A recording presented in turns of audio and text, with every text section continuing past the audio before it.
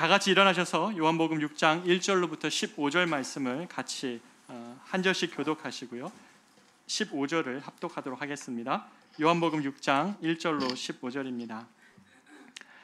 그 후에 예수께서 디베랴의 갈릴리 바다 건너편으로 가시매 큰 무리가 따르니 이는 병자들에게 행하시는 표적을 보았습니다. 예수께서 산에 오르사 제자들과 함께 거기 앉으시니 마침 유대인의 명절인 유월절이 가까운지라.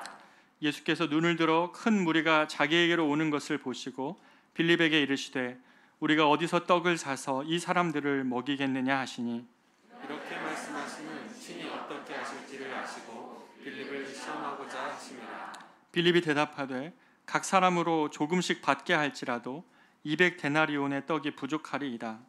제자 중 하나 곧 시몬 베드로의 형제 안드레가 예수께 여짜오되 여기 한 아이가 있어 보리떡 5개와 물고기 2마리를 가지고 있나이다. 그러나 그것이 이 많은 사람들에게 얼마나 되겠사옵나이까.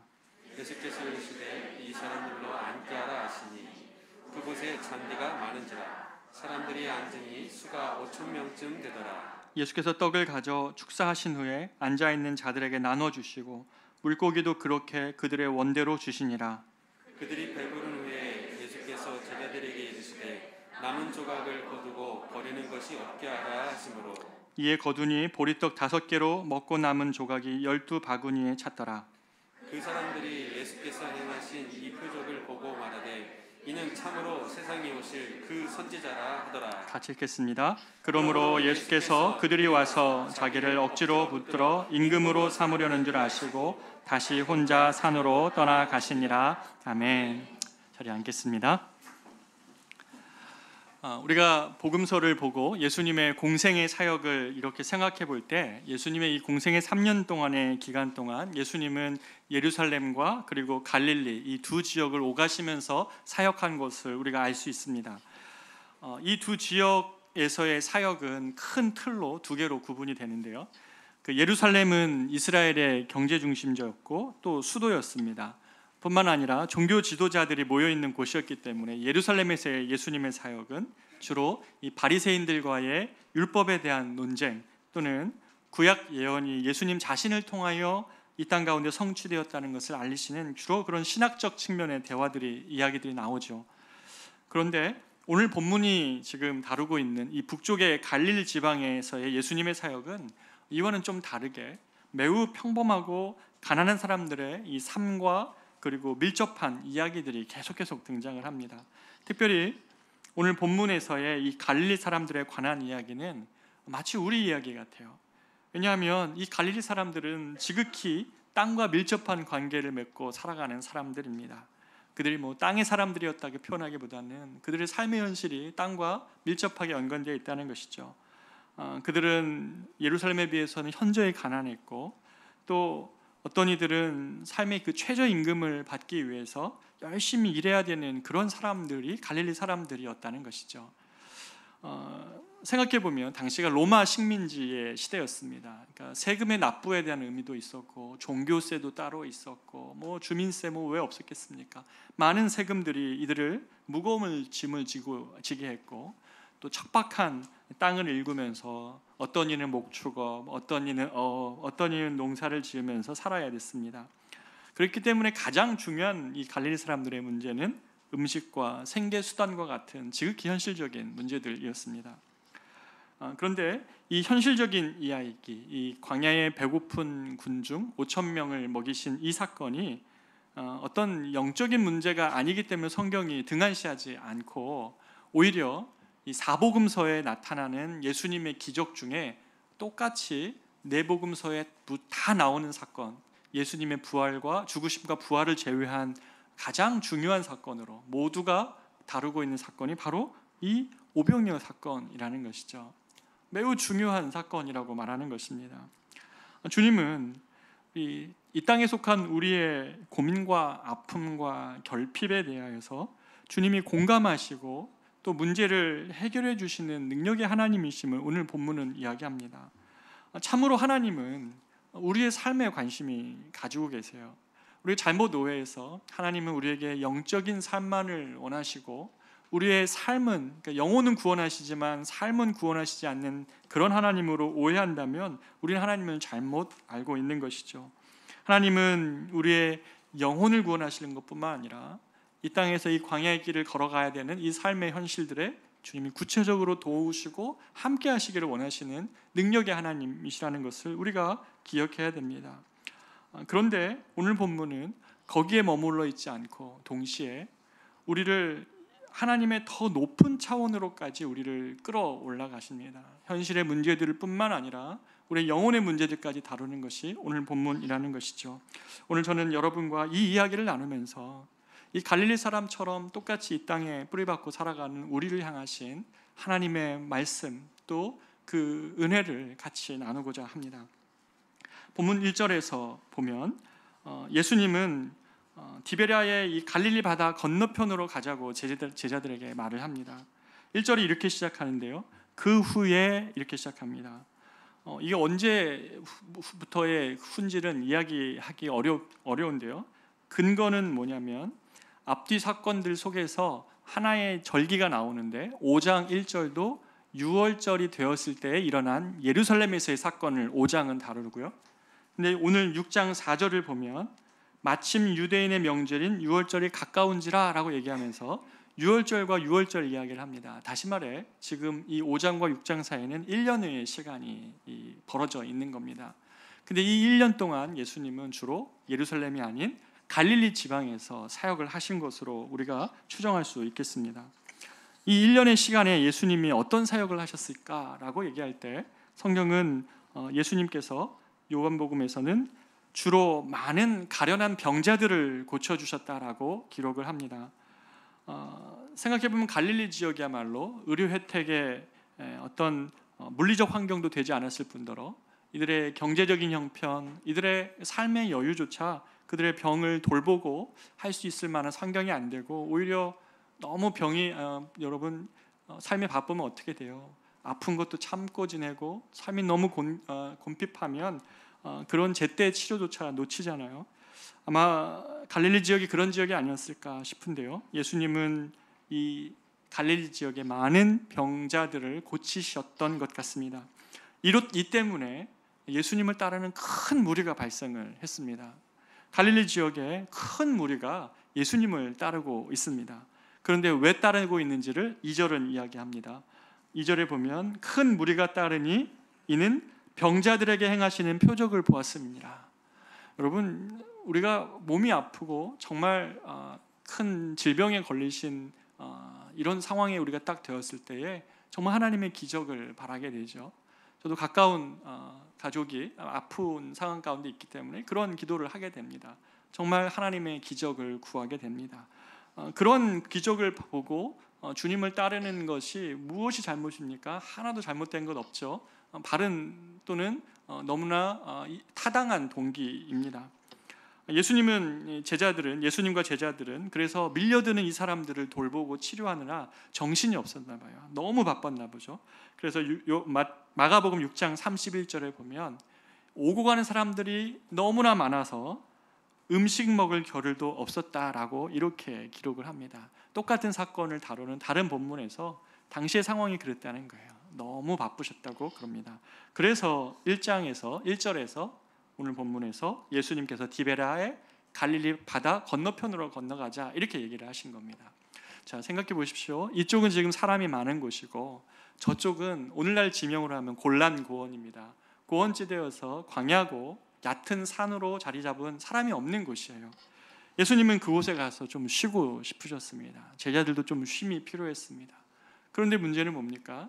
사람들이 거기까지 쫓아오는 거예요. 예수님의 쉼을 허락하지 않고 많은 무리, 적은 인원도 아닙니다. 5,000명이 넘는 수많은 무리들이 이렇게 온 거예요. 예수님이 어떠셨을까요? 예수님 심정이 어떠셨을 것 같아요? 침묵하셨습니까? 추측하지 않아도 되는 게 예수님의 심정을 기록해놨어요. 마가복음 6장 34절인데요. 같이 한번 보겠습니다. 시작. 예수께서 나오사 큰 무리를 보시고 그 목자 없는 양 같음으로 인하여 불쌍히 여기사 이에 여러 가지로 가르치시더라.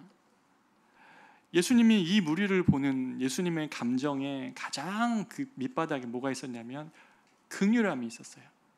왜요? 이들이 너무나 불쌍했습니다. 왜 그런 불쌍함이 있었습니까? 그들이 목자 없는 양 같은 인생을 살기 때문에 그래요. 어디에서 무엇을 먹어야 될지, 어디로 걸음을 옮겨야 될지, 아침에 눈을 뜨면 어떻게 삶을 살아내야 될지 알지 못하는, 마치 광야에 덩그러니 놓여져 있는 양처럼, 그런 목자 없는 양처럼 유리하는 인생을 이 갈릴리 사람들이 살았기 때문입니다. 그들을 쉴만한 물가와 푸른 초장으로 인도할 목자가 없는 것 같아서 정처 없이 떠도는 양과 같은 고달픈 인생으로 그들을 보고 계십니다. 그렇게 떠돌다가 이제는 기적을 베푸시는 주님을 보고 나서 너무나 목마름과 갈급함을 가지고 모여드는 그런 백성으로 주님이 보고 계신다는 것이죠. 진리가 없어 방황하고 진리가 없어서 삶의 길을 찾지 못하는 무리로 보고 계십니다. 예루살렘의 목이 곧은 종교 지도자들과 너무 다르죠. 그들은 주님이 필요 없다고 얘기하고 주님은 그들에게 배척을 당하시지만 오히려 고단한 현실을 바꿔줄 목자의 등장에 의해 이 갈릴리의 수많은 목자 없는 양과 같은 인생들이 주님을 보고 올려들기 시작했습니다. 주님이 그것 때문에 그들의 영혼의 현실을 보니까 너무나 가슴이 아파서 그들을 향한 긍휼로 그 가슴이 가득 찼다고 말씀을 하고 계십니다. 그래서 주님이 이들을 데려다 놓고 말씀하시는 것이죠. 그날 하루 동안 주님이 그들에게 먼저 진리로 깨우쳐 줍니다. 사실 우리 삶의 많은 문제는 진리에 대한 이해가 없어서 많은 시간과 삶을 낭비하고 이리저리 어디로 가야 될지 몰라서 맨날 헤매는데 주님이 진리의 말씀으로 먼저 그들을 가르쳐 주십니다. 그런데 문제 상황이 발생을 합니다. 뭡니까? 날이 저물어 버렸어요. 날이 저물었다는 건 뭐냐면 그들이 이제는 광야에서 이 허기를 채워야 되는데 너무 멀리 와버린 거예요. 사람들이 살던 마을에서 떠나서 너무 멀리 와버렸기 때문에 이날 저녁에 먹을 것을 구할 수가 없었고 주님은 그들의 배고픔을 보면서 그들의 배고픔을 채워주고자 하셨습니다. 그런데 이때 주님이 빌립에게 질문을 하나 합니다. 오늘 5절을 한번 보십시오. 빌립에게 이르시되 우리가 어디서 떡을 사서 이 사람들을 먹이겠느냐 하시니. 저는 이런 질문 안 받고 싶어요, 예수님께. 왜냐하면 지금 주님도 뻔히 아시거든요. 이게 지금 광야인 줄 아시고 뭐 돈이 있다 한들 살 곳이 없으며 이 많은 무리를 먹일 재정이 어디 있습니까? 빌립이 대답하죠. 아주 현실적으로 말합니다. 7절에 각 사람으로 조금씩 받게 할지라도 200데나리온의 떡이 부족하리이다. 한 데나리온은 한 노동자의 하루 평균 싹입니다. 그러니까 200데나리온이면 노동자 200일이 한 사람이 200일 동안 한 그 금액이니까 얼마나 될까요? 그러니까 평균 임금을 계산을 해본다면 그래도 수천만 원의 돈이 필요한 이런 상황인 거죠. 10절에 보면 이 무리의 숫자가 무려 5천이라고 이야기를 합니다. 이것도 당시에 남자들만 세는 전례가 있었기 때문에 5천 명을 훨씬 넘고 10,000명에 가까운 어린아이와 여자를 포함하면 10,000명에 가까운 숫자일지도 모르겠습니다. 큰 무리를 먹일 양식을 어디서 구하냐는 예수님의 질문에 빌립이 아연실색을 하죠. 아니 주님 200명에 우리가 은이 있다 하더라도 그것도 모자라 보이고 어디서 살지도 모르겠습니다. 저는 질문해 봤어요. 왜 주님은 도대체 빌립에게 이 질문을 했을까? 12제자 많은데 이런 곤란한 질문을. 성경에 정확한 근거는 나오지 않지만 하나 추측해 볼 수 있는 근거가 있습니다. 그게 뭐냐면 빌립이 바로 이 근처 동네 베세다 출신이에요. 다시 말해 이 지역을 너무 잘 알아요. 도대체 이 지역에서 살 곳도 없고 지금 광야에서 이들을 먹일 수 있는 방법이 없다는 거 빌립이 너무 잘 알아요. 그렇기 때문에 주님 뭐라고 얘기합니까? 그를 시험했다고 얘기해요. 빌립은 빠르게 타산하고 빠르게 계산을 해서 답변을 하죠. 은 200냥으로도 모자랄 것 같습니다. 그런데 빌립의 이 현실적인 답이 주님의 시험을 통과하지 못합니다. 왜 그랬습니까? 왜 빌립의 이 답이 이 빠르게 계산하고 빠르게 문제 상황을 파악하는 것이 왜 예수님의 질문의 답이 되지 못했습니까? 빌립은 예수님과 함께 다니면서 많은 주님의 기적을 보아왔습니다. 말도 되지 않는 엄청난 하나님의 기적들을 보았음에도 불구하고 그 기적은 믿음을 낳지 않습니다. 빌립에게 있어서 주님은 그 큰 기적을 알고 있고 다 있음에도 불구하고 지금 현실을 판단할 때는 빠르게 문제 상황이 너무 커져 보이는 거예요. 한없이 큰 무리 앞에 너무나 가지고 있는 적은 것들이 보이니 빌립은 아무것도 생각하지 못하고 자신에게 물어보시는 그 주님을 기억하지 못하고 비관적인 시각으로 예수께 지금 답을 하고 있는 거예요. 그만한 돈이 있어도 안 됩니다. 사랑하는 여러분, 비관적 타산주의자인 이 빌립의 계산은 옳죠. 우리가 문제 상황을 판단할 때 커다란 문제가 우리 앞에 있고 큰 현실 앞에 작은 시도는 무기력해 보일 수 있습니다. 저는 본문을 보면서 생각해 봤어요. 우리가 29개 교회로 나눠져서 뭔가 건강한 교회를 향한 우리의 꿈이 사실은 가로 서말 안에 들어가 있는 누룩처럼 작은 거예요. 여기에서 우리가 외친들 한국교회가 어떻게 변하겠냐고 수치로 계산한다면, 어떤 자극을 줄 수 있냐고 계산한다면 우리는 한없이 작을지 모르겠어요. 그러나 오늘 본문이 이야기하고 있는 것은 뭡니까? 빌립이 이 문제 앞에, 큰 문제 앞에 갇혀 있을 때는 빌립은 하나님의 능력과 권능을 전혀 경험할 수 없는 현실주의자로 그치고 맙니다. 하나님의 큰 기적과 심지어 그것을 묻는 그리스도 앞에도 우리는 주님이 하실 일들을 기대하지 못하는 지극히 현실주의자로 신앙을 전락해 버리고 만다는 것이죠. 그러나 성경은 뭐라고 얘기합니까? 우리가 지난주에 큐티하고 있었던 에베소서 1장에서 사도 바울이 감옥에 갇히면서 세상 한복판에 살아가는 에베소 성도들을 향하여서 한 간절한 기도가 무엇입니까? 저들이 알게 하기를 원하는데 그 바울의 알게 하기를 위한 세 번째 항목 중에 세 번째 그 내용이 뭐냐면, 저들이 하나님의 권능을 알기를 원한다. 저들이 세상 속에 살면서 하나님의 전능하심과 능력을 알기를 원한다고 간절히 기도해요. 그리스도께서 죽은 자 가운데서 부활하신, 이것보다 더 큰 능력이 어디 있습니까? 하나님이 그를 죽은 자 가운데서 살리신 이 권능이 하나님께 있다는 사실을 저 에베소 성도들이 알기를 원한다고 사도 바울이 감옥에서 그렇게 간절히 기도합니다. 여러분은 이 권능을 알고 있습니까? 하나님의 놀라우심을 알고 인정하고 신앙생활을 하고 있습니까? 빌립의 이 이야기에 있어서 근데 우리가 주목해야 봐야 될 또 하나의 사람이 등장을 하죠. 그게 누굽니까? 바로 안드레였어요. 이 안드레는 예수님과의 대화 중에 갑자기 이 빌립과의 대화 중에 예수님이 대화하는데 끼어들어옵니다. 그러면서 이렇게 말을 하죠. 8절 9절입니다. 같이 한번 읽어보겠습니다. 시작. 제자 중 하나 곧 시몬 베드로의 형제 안드레가 예수께 여짜오되 여기 한 아이가 있어 보리떡 5개와 물고기 2마리를 가지고 있나이다. 그러나 그것이 이 많은 사람에게 얼마나 되겠사옵나이까? 여러분, 안드레의 말을 한번 잘 곱씹어 보십시오. 안드레 역시 빌립처럼 광야의 수많은 사람의 숫자를 보고 있고요, 그들을 먹이는데 얼마나 돈이 필요한지 보고 있어요. 안드레가 비현실주의자거나 그냥 허황된 믿음을 가진 자가 아니에요. 그는 현실을 보고 있습니다. 그런데 지금 안드레가 빌립과 다른 점이 뭡니까? 그 숫자에 비하면 너무나 작은 아이의 이 도시락입니다.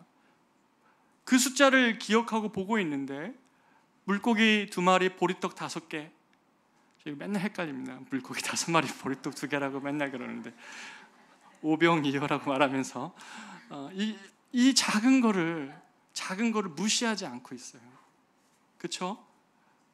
빌립과 똑같이 문제의 상황을 보고 있고 알고 있지만 이 작은 것을 외면하지 않고, 안드레가 중간에서 커트해버리지 않고 이것을 예수님께 드리고 있다는 사실이에요.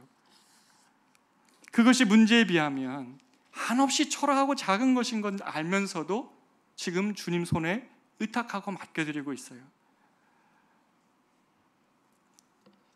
안드레가 이렇게 얘기합니다. 주님, 이 도시락이 작아서 그러나 이 많은 사람에게 이게 얼마나 되겠사옵나이까? 그러나 이게 너무나 작아서 이 많은 사람, 이 문제를 해결하기에는 너무나 작고 초라하고 부족한 것 압니다. 커다란 문제 앞에 물고기 2마리, 보리떡 5개는 저들을 먹일 수 없는 적은 거라는 걸 알지만 하나님, 그것을 주님께 드릴 때에 이 안드레의 이 작은 드림 때문에 이날의 이 광야는 역전이 되죠. 이 작은 드림 때문에 이 빈들의 공허함과 배고픔이 하나님의 부요와 풍요로움과 위대하심을 맛보는 그런 놀라운 현장으로 바뀌게 된다는 것을 안드레가 다 알고 했을까요? 몰랐을지도 몰라요. 그러나 드릴 때에 안드레의 믿음은 이것이 작지만, 저 많은 무리를 먹이기에는 작은 것이지만, 그러나 주님 손에 의탁하는 거예요. 여기서 우리는 예수님을 찾아 빈들로 나아온 이 갈릴리의 무리들처럼 목자 없는 양처럼 기진하고 살고 있는 우리 인생, 실패당하고 낭망한 수많은 인생들이 하나님의 품과 쉼을 경험하기 위한 중요한 삶의 원리들을 우리가 배웁니다. 2가지를 나누고 싶은데요. 첫 번째는 우리가 문제가 아무리 커도 문제에 비하여 한없이 작고 초라한 것이라도 그것을 드릴 때에 하나님의 큰 역사를 경험한다는 사실입니다. 여러분, 우리가 하나님께 드림이 없는 하나님의 일하심은 없습니다. 드리지 않았는데 하나님이 일하시지 않는다는 거예요. 물론 하나님은 무에서 유를 창조하시는 창조의 세계 처음 시작할 때 그렇게 하셨어요. 하지만 하나님은 우리의 삶에 더 많은 시간은 우리와 함께 일하고 싶어 하세요. 나는 드리지 않았는데 하나님 내 삶에 한번 일해려 보시라고 그렇게 말하면 안 됩니다. 하나님의 큰 기적과 능력을 경험하려면 비록 작은 것이지만 이 작은 것이 드림이 먼저예요. 작은 재능과 작은 내 삶이지만, 그리고 정말 또는 우리 어르신들 은퇴해서 남아있는 이 삶이지만, 내가 하나님 이 삶을 주님께 드릴 때에 하나님이 우리의 인생을 정말 하나님의 기적과 능력으로, 하나님의 권능으로 그것을 바꾸어 가시는 것을 하나님은 우리에게 이 본문을 통해 약속하고 계시는 것이죠. 문제는 뭡니까? 크게 작음이 문제가 아니에요. 드려지지 않은 것이 문제라고 오늘 본문은 이야기합니다. 사랑하는 여러분, 우리 삶에 왜 고통스럽습니까? 우리는 사실은 스스로 우리의 문제를 해결할 수 없습니다. 제가 요새 더 많이 느끼는데, 인생을 마음대로 정말 할 수 있습니까? 불현듯 찾아오는 질병을 여러분 막을 수 있습니까? 여러분, 국제적으로 변하는 이 정세와 널뛰는 이 환율을 여러분 예측하고 방어할 수 있습니까? 아이의 사춘기 마음 안에 일어나는 여러 가지 변화들에 대해서 부모로서 여러분 통제할 수 있습니까? 어느 것 하나 사실 우리가 다 통제하고 다스릴 수 없는 너무나 많은 문제임에도 불구하고 드리지 않고 붙잡고 여전히 갖고 있기 때문에 우리 마음의 평안도 잃어버리고 삶이 너무 고통스러워요. 그러나 드려지면 달라집니다. 드린다고 주님이 빼앗지 않습니다. 드려지면 그러나 임하는 게 뭡니까? 평안이라는 것이죠. 드린다고 주님이 절대 빼앗는 건 아닌데 그건 내가 해보겠다고 붙잡고 있을 때에 엄청난 고통 속에 살아가는 것이죠. 작은 것, 작은 인생이라도 드려지면 달라집니다. 작은 것을 외면하지 않으시는 주님, 성경에 정말 단 한 번도 크기와 능력으로 일하시지 않고 작은 것과 그러나 드려진 인생을 통하여서 하나님은 일하심을 성경 곳곳이 우리에게 증언하고 있기 때문이다. 작은 것을 경시하게 하는 것은 사단이 주는 마음이에요. 왜요? 오늘 본문에서 만약에 이 안드레의 판단으로 그것을 안 했어 봐요. 그럼 어땠을까요? 작은 것을 경시하게 하는 것은 사단이 주는 마음이고, 큰 것만 유용하다고 말하는 것은 정말 사단이 주는 속임수라는 거예요. 하나님의 역사는 작은 드림을 통하여서 일어나는 것이라고 오늘 본문은 너무나 강력하게 우리에게 도전하고 있습니다. 우리의 삶의 태도, 또 시간 사용과 재능과 이 모든 것에 있어서 작은 것에 충성하는 것이 너무너무 그래서 중요합니다. 사단이 제일 두려워하는 자가 누굽니까? 큰 말 허황될 만한 한 사람들이 아니에요. 작은 것에 충성하는 사람들, 그래서 하나님의 역사를 경험하고 있는 사람들, 바로 그들이야말로 사단이 제일 두려워하고 있어요. 속지 않기 때문에, 크기와 물량에 속지 않고 있는 인생이기 때문에, 하나님의 권능을 경험할 수 있는 인생이기 때문에 그런 자를 사단이 제일 두려워한다는 것입니다. 그렇기 때문에 드려진 인생은 평안이 임해요. 하나님 빼앗아 가시는 것은 아닌데 내가 드려졌기 때문에 너무 초라한 나의 인생이고 누가 받지도 않을 것 같은, 남들은 실패했다고 말하는 그 인생조차도 주님 앞에 드려짐으로 다른 인생을 하나님이 우리와 함께 시작하기를 원하시는 주님의 초청을 받는 것이죠. 바로 이것이 오늘 본문이 첫 번째로 우리를 광야에서 쉼과 평안으로 인도해 주는 첫 번째 원리입니다. 두 번째는요, 예수님은 우리의 삶의 양식을 넘어서 영원한 양식을 주시기 위하여 오신 하나님이시라는 것을 믿을 때에 이 영원한 양식 안에서 우리는 쉼을 얻습니다. 여러분 뷔페 좋아하세요? 안 좋아하십니까? 전 좋아합니다. 다양한 거 먹어볼 수 있잖아요. 너무 좋고 맛있어요. 근데 만약에 저보고 뷔페를 하루 3끼 내내 먹으라 그러면 어떨까요? 질릴 것 같아요. 그렇죠? 근데 만약에 그거를 일주일 내내 먹으라 그러면 그때는 이제 고개가 절레절레 흘러지고 그냥 아내가 끓여주는, 아닙니다. 요새 말을 바꿔야 되나요? 제가 끓이는 된장찌개 뭐 이렇게 해야 되나요? 아내와 저는 썰고 아내가 끓여주는 뭐 이렇게 그런 된장찌개, 소박한 된장찌개가 그리워질 것 같아요. 그렇죠? 세상에 아무리 반짝거리는 것도 우리의 영혼을 밝힐 수 없어요. 세상에 아무리 좋은 것도 우리의 영혼의 진짜 만족함이 안 된다는 거예요. 우리가 이것을 알면서도 이 헛된 것들 속에서 마치 이런 것 같아요. 여러분 정말 목마르실 때 여러분 콜라 한번 드셔보세요. 어떻게 됩니까? 더 목마르죠. 바다의 물이 그렇게 많아도 그 소금을 먹으면 어떻게 돼요? 또다시 더 큰 갈증이 밀려온다고 이야기하잖아요. 왜 우리는 그리스도께로부터 오는 영원한 이 해가를 경험하려고 하는 인생보다 왜 이곳저곳에서 우리의 이 영혼의 공고함과 공허함을 채우려고 할까요? 오늘날 현대인의 삶이 어떻습니까? 물질적 풍요와 부요 속에는 살고 있지만 이전에 비해서 우리가 먹고 사는 문제를 놓고 고민하죠. 그런 분도 많이 있어요. 그러나 상대적으로는 훨씬 풍요한 삶을 살고 있다고 말하는 이때에 영혼만큼은 정말 큰 곤핍함을 경험합니다. 여러분 수치가 말해주잖아요. OECD 국가 중에 자살률 1위가 어디입니까? 대한민국이잖아요. 이 뭘 말하고 있는 것입니까?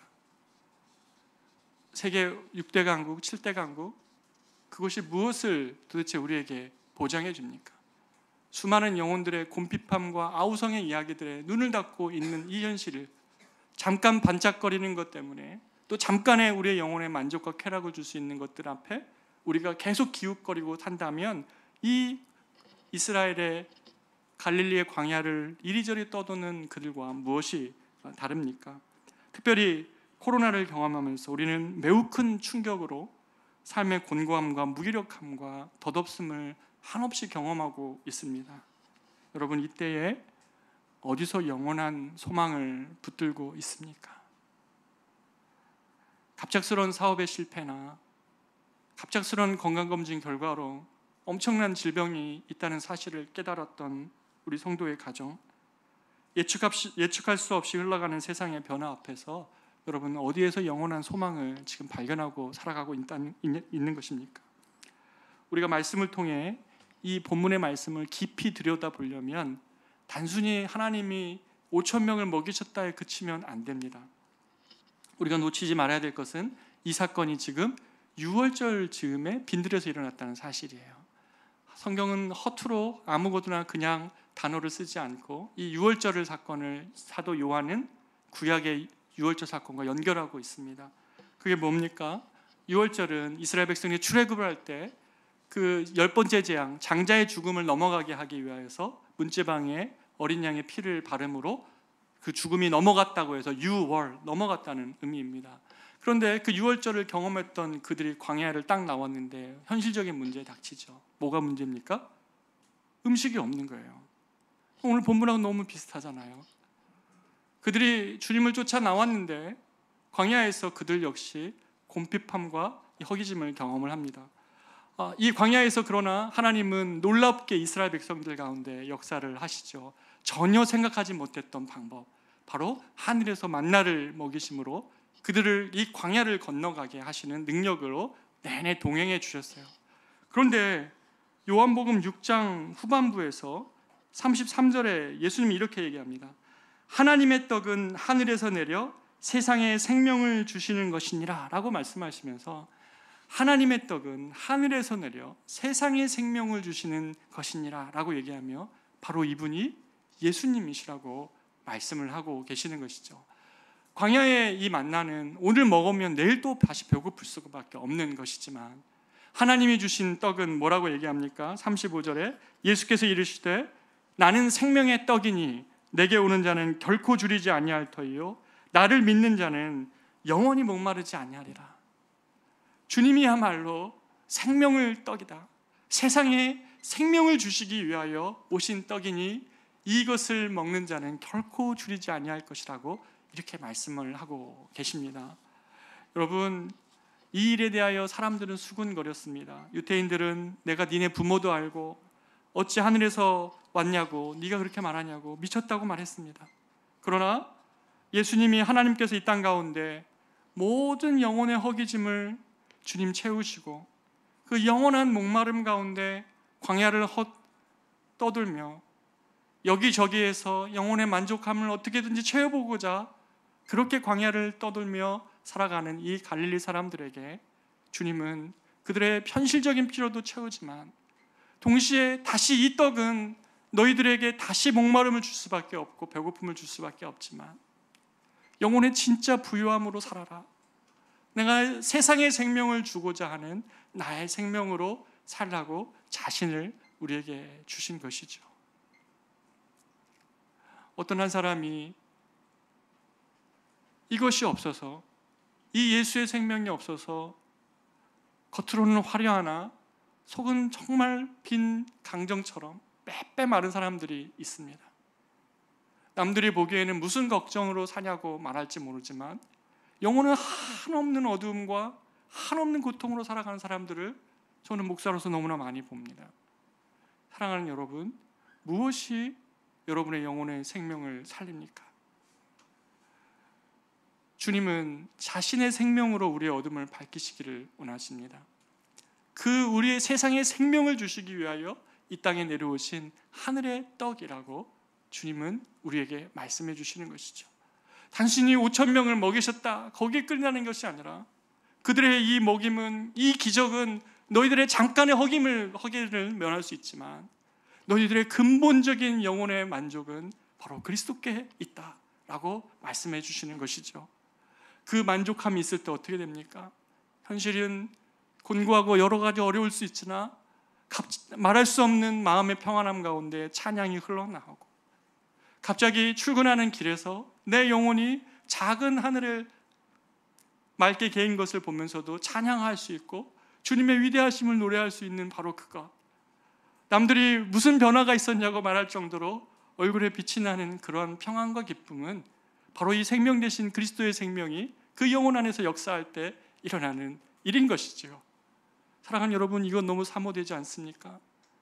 어찌하여 이 쾌락 저 쾌락을 쫓아 살아갑니까? 어찌하여 이것 저것에서 만족함을 구합니까? 주님을 먹는다는 의미는 주님의 말씀과 연합된다는 의미예요. 여러분의 먹은 것이 여러분이죠, 그렇죠? 여러분이 먹은 것이 여러분입니다, 그렇죠? 여러분이 말씀을 먹을 때 그것이 여러분 자신이 됩니다. 그래서 성경은 우리가 그리스도의 말씀과 동행함으로 그리스도와 같이 된다고 말하고 있는 것이고 그리스도의 말씀을 먹음으로 주님과 연합된다고 말하는 것이죠. 사랑하는 여러분, 이 행복한 동행하고 싶지 않습니까? 이 영혼의 부유함 가운데 살고 싶지 않으십니까? 생명으로 인도하시는 이 그리스도의 인도하심 가운데 여러분 살고 싶지 않으십니까? 오늘 본문이 저는 너무나 새롭게 또 보였던 것은 뭐냐면 오늘 본문이 빈들이에요, 빈들. 그런데 재미있는 것은 이스라엘의 이 기간 중에 유일하게 이 빈들이 푸른 초장으로 바뀌는 때가 딱 한 때가 있는데 그게 바로 유월절 즈음이에요. 저도 계속 못 봤는데 오늘 본문을 한번 보십시오. 10절을 한번 보세요. 예수께서 이르시되 이 사람들로 앉게 하라 하시니 그곳에 뭐요? 잔디가 많은지라. 광야인 줄 알았어요. 지금까지 우리는 참 눈에 가려움이 있으면 안 보여요. 지금 여기가 잔디예요. 그리고 예수님이 먹이시고 계세요.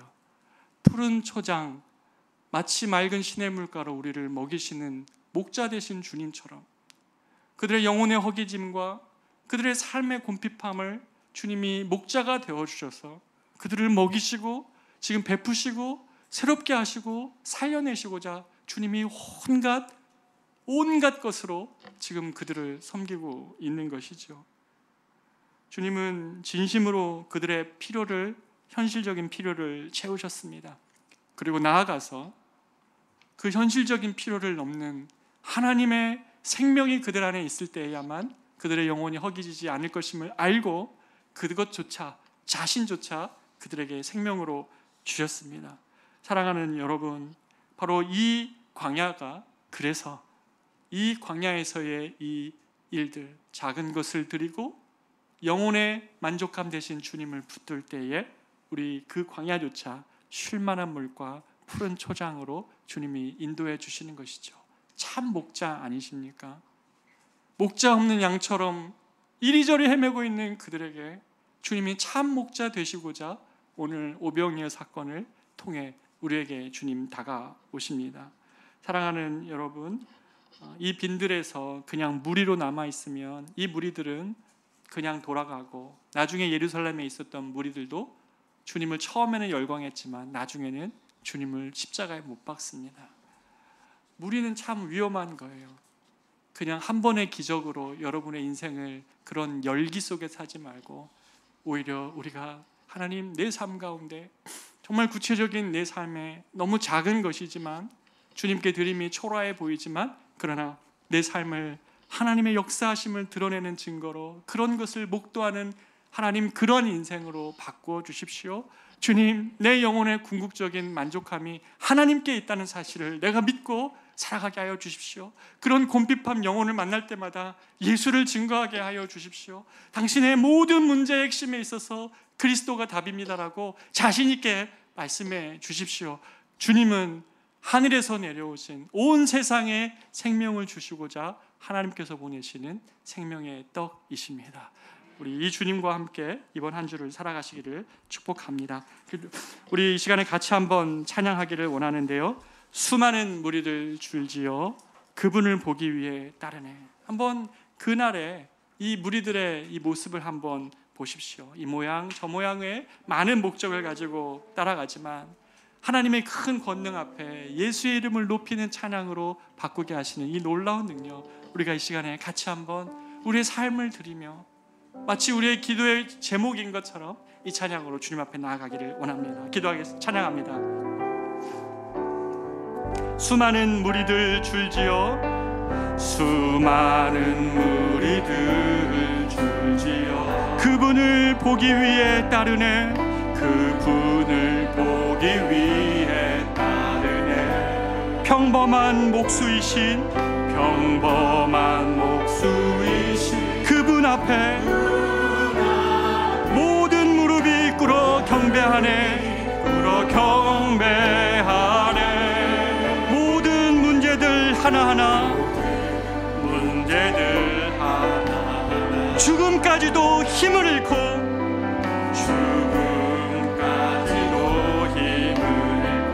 생명의 근원 되신 예수 이름 앞에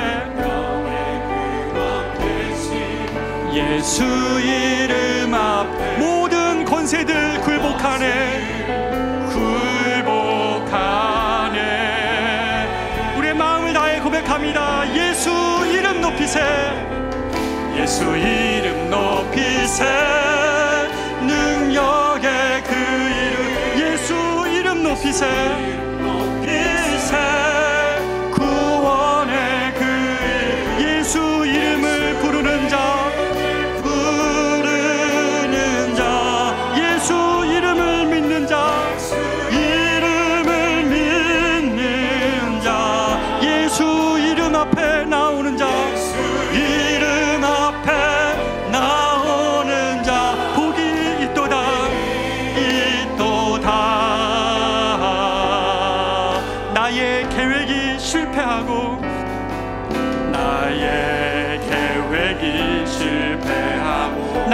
소망조차 끊어질 때, 나의 소망이 끊어질 때, 삶의 주관자 되신 그분 앞에, 삶의 주관자 되신 그분, 나의 무릎을 꿇어 경배하네, 무릎을 꿇어 경배하네. 나의 삶을 그분께 맡길 때, 비로소 나의 마음 평안해, 비로소 나의 마음 평안해. 구원의 반석 되신 예수의 이름을, 구원의 반석 되신 예수의 이 소리 높여 찬송하네, 찬송하네. 다 같이 고백합니다. 예수 이름 높이세, 예수 이름 높이세, 능력의 그 이름, 예수 이름 높이세, 높이세, 구원의 그 이름, 예수 이름을 부르는 자, 예수 이름을 믿는 자, 이름을 믿는 자, 예수 이름 앞에 나오는 자, 이름 앞에 나오는 자, 복이 있도다. 사랑하는 여러분, 우리가 이 시간 이 예수 그리스도 앞에 정말 무릎을 꿇혀 나아가기를 원합니다. 여러분의 자금 때문에 아파했습니까? 문제는 자금이 문제가 아니라 드려지지 않고 붙잡고 있는 것 때문입니다. 작은 재능, 작은 것이라고 수도 없이 낭비해버리지 않았습니까? 큰 문제 앞에 하나님께 기도하면서도 빌립과 같은 태도로 나아갔던 것 아닙니까? 우리에게는 안드레와 같은 믿음이 필요합니다. 내가 문제를 주님 똑똑히 보고 있어요. 문제의 상황이 너무 커서 우리 가정과 이 회사의 일과 이 영혼 안에 일어나는 일들을, 하나님 이것은 너무나 작은 것이에요. 그러나 하나님, 내가 주님께 드립니다. 하나님의 기적을 맛보기를 원합니다. 하나님의 능력을 경험하기를 원합니다. 크신 주님의 이름이 높여지기를 원합니다. 우리가 그렇게 기도하면서 하나님, 내 영혼의 진정한 만족함이 그리스도 안에 있습니다. 이 생명이 세상에 생명을 주는 능력입니다. 여러분의 이 시간에 한번 기도했으면 좋을 때, 하나님, 우리 가족 중에 예수를 아직 몰라서 영혼의 곤핍함과 아픔 가운데 그렇게 출구를 못 찾고 있고 아파하는 사람이 있습니다. 또 내 주변에 내가 복음을 전하고 싶은데, 하나님, 그 영혼, 정말 세상에 생명을 주시는 이 예수의 이름이 그 영혼 안에서도 높임을 받기를 원합니다.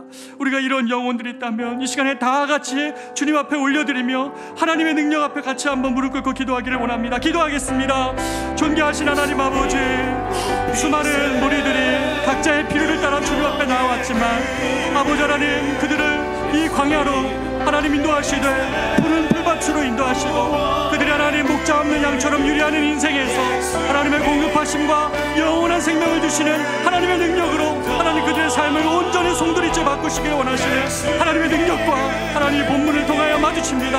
사랑하는 성도들이 하나님 작은 것 때문에 속지 않게 하여 주십시오. 사단의 그 속임수에, 하나님 그 크기와 능력의 속임수에 하나님 아버지 빠지지 않도록 인도하여 주시옵소서.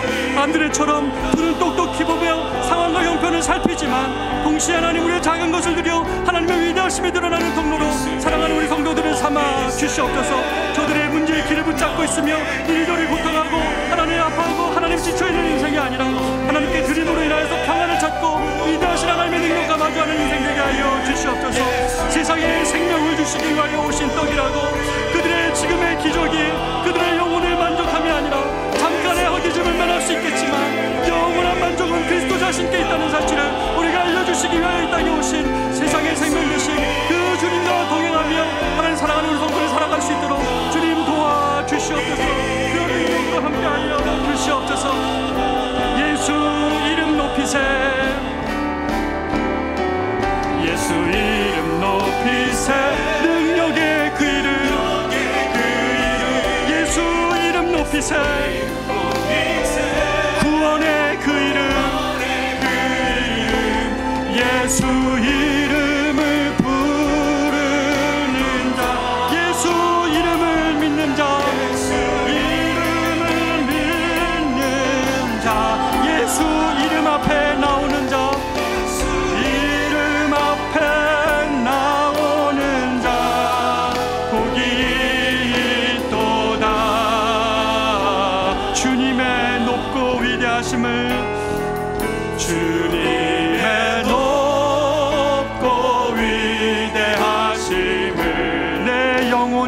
찬양하네 찬양하네 주님의 높고 위대하심을 내 영혼이 찬양하네. 다 같이 일어나 고백합니다. 주님의 높고 위대하심을 내 영혼이 찬양하네. 주님의 높고 위대하심을 내 영혼이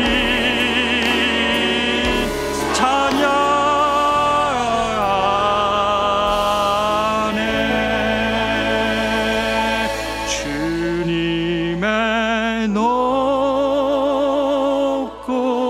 위대하심을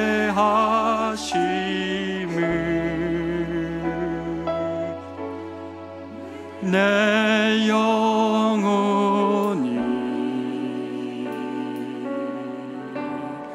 찬양하네. 주님의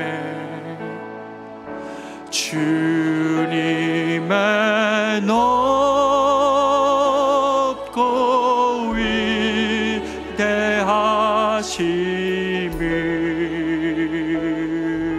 위대하심을 내 영혼이